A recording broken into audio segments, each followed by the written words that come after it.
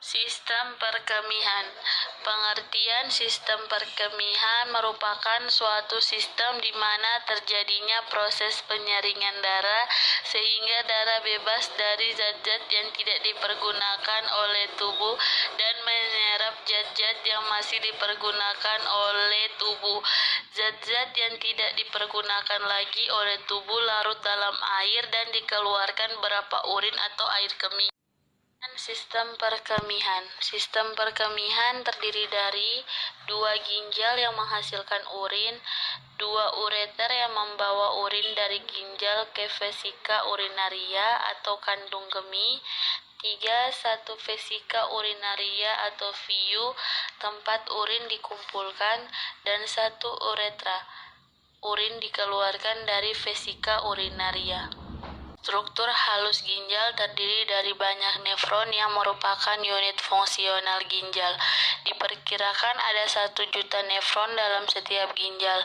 Nefron terdiri dari glomerulus, tubulus proksimal, ansa Henle, tubulus distal, dan tubulus urinarius.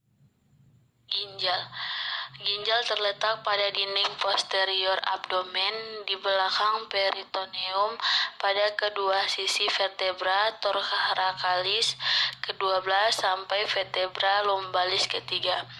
Bentuk ginjal seperti biji kacang terletak pada dinding belakang rongga perut setinggi ruas-ruas tulang pinggang sebelah atas.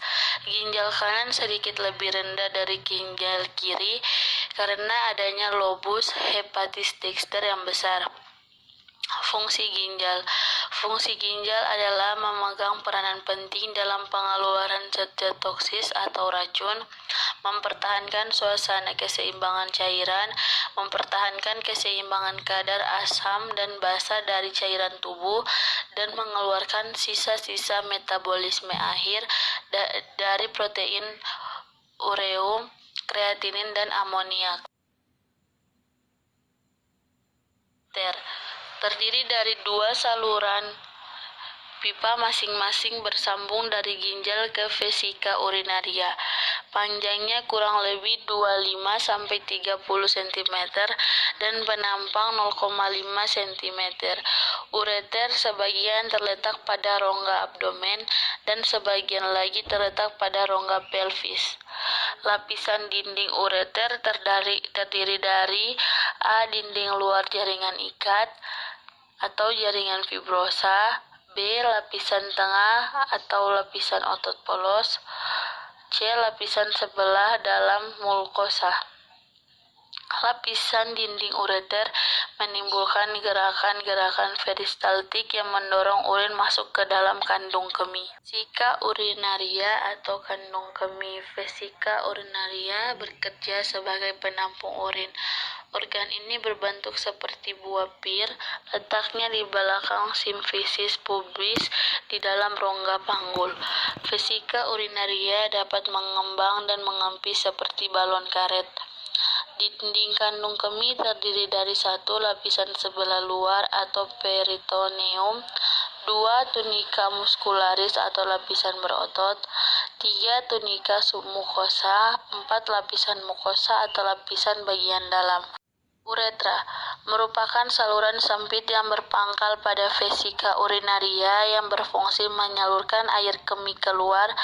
Pada laki-laki panjangnya kira-kira 13,7 sampai 16,2 cm, terdiri dari 1. Uretra pars portatica, 2. Uretra pars membranosa atau terdapat specie uretra externa, 3. Uretra pars spongiosa atau uretra pada wanita panjangnya kira-kira 3,7 sampai 6,2 cm, Taylor 3,5 cm, Lewis.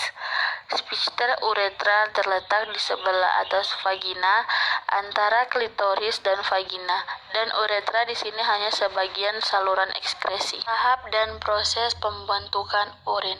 1. Proses filtrasi. Di glomerulus terjadi penyerapan darah. Yang tersaring adalah bagian cairan darah kecuali protein. Cairan yang tersaring ditampung oleh Symphy Bowman yang terdiri dari glukosa, air, sodium klorida, sulfat, dan bikarbonat, dan lain-lain. Diteruskan ke tubulus ginjal. Cairan yang disaring disebut filtrate glomerulus. 2. Proses reabsorpsi.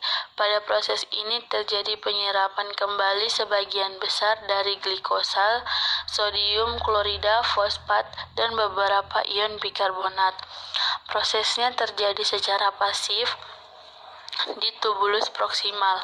Sedangkan pada tubulus distal terjadi kembali penyerapan sodium dan ion bikarbonat bila diperlukan tubuh. Penyerapan terjadi secara aktif dan sisanya dialirkan pada papila neuralis. 3. Proses sekresi. Sisa dari penyerapan kembali yang terjadi di tubulus distal dialirkan ke papila renalis, selanjutnya diteruskan keluar. Komposisi air kemih terdiri dari air kemih terdiri dari kira-kira 95% air, 2. Zat-zat sisa nitrogen dari hasil metabolisme protein, asam urea, amoniak, dan kreatinin. 3. Elektrolit, natrium, kalsium, NH3, bikarbonat, fosfat, dan sulfat. 4. Pigmen atau bilirubin dan urobilin. 5. Toksin. 6. Hormon. Mikturisi ialah proses pengosongan kandung kemih setelah terisi dengan urin. Mikturisi melibatkan 2 tahap utama, yaitu 1. Kandung kemih terisi secara progresif hingga tegangan pada dindingnya meningkatkan melampaui nilai ambang batas. Hal ini terjadi bila tertimbun 170 sampai 230 mili urin. Keadaan ini akan mencetuskan tahap kedua. 2. Adanya refleks saraf, disebut refleks mikturisi, yang akan mengosongkan kandung kemih. 4. Saraf miksi, berada pada otak dan spinal cord, atau tulang belakang. Sebagian besar pengosongan di luar kendali, tetapi pengontrolan dapat dipelajari sistem saraf simpatis. Impuls menghambat vesika urinaria dan gerakan sphincter interna, sehingga otot detrusor relaks dan sphincter interna kontriksi. Sistem saraf parasimpatis.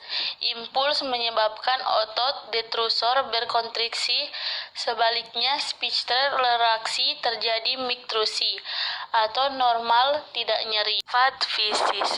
Air kemih terdiri dari 1. Jumlah ekskresi dalam 24 jam kurang lebih 1500 cc, tergantung pemasukan cairan dan faktor lainnya. 2. Warna, bening, kuning muda, dan bila dibiarkan akan menjadi keruh. 3. Warna kuning tergantung dari kepekatan, diet, obat-obatan, dan sebagainya. 4. Bau. Bau khas air kemih bila dibiarkan lama akan berbau amoniak. 5. Berat jenis 1,015 sampai dengan 1,20. Bila reaksi asam, bila lama-lama menjadi alkalis, juga tergantung daripada diet. Sayur menyebabkan reaksi alkalis dan protein memberi reaksi asam. Komponen urin abnormal. Bakteri atau bakteriuria, darah atau hematuria, glukosa atau glukosuria, protein atau proteinuria, pus atau piuria, batu atau lituria. Karakteristik urin normal. 1. Warna. Variasi warna urin normal adalah kuning muda dan kuning gading. 2. Kejernihan. Urin dapat jernih atau transparan, dapat berubah menjadi gelap karena adanya endapan fosfat, asam urat, pertumbuhan bakteri. 3. Bau. Bau urin mempunyai aroma khas, yaitu bau amonia. 4. pH. pH netral sampai dengan 7, dapat bervariasi antara 4,8 sampai 0,75. Patofisiologi. Obstruksi tubulus. Peningkatan tekanan cairan interstisium sering disebabkan oleh obstruksi tubulus. Obstruksi menyebabkan penimbunan cairan di nefron yang mengalirkan kembali ke kapsula dan ruang Bowman. Obstruksi tubulus yang tidak diatasi dapat menyebabkan kolapsnya nefron dan kapiler sehingga terjadi kerusakan ginjal irreversible, terutama di papila yang merupakan tempat terakhir pemekatan urin. Penyebab obstruksi antara lain adanya kalkulus ginjal atau batu dan pembentukan jaringan paru akibat infeksi ginjal berulang. Azotemia mengacu pada peningkatan abnormal bahan sisa bernitrogen di dalam darah, misalnya urea, asam urat, dan kreatinin. Azotemia mengisyaratkan penurunan GFR yang timbul pada gagal ginjal akut dan kronik.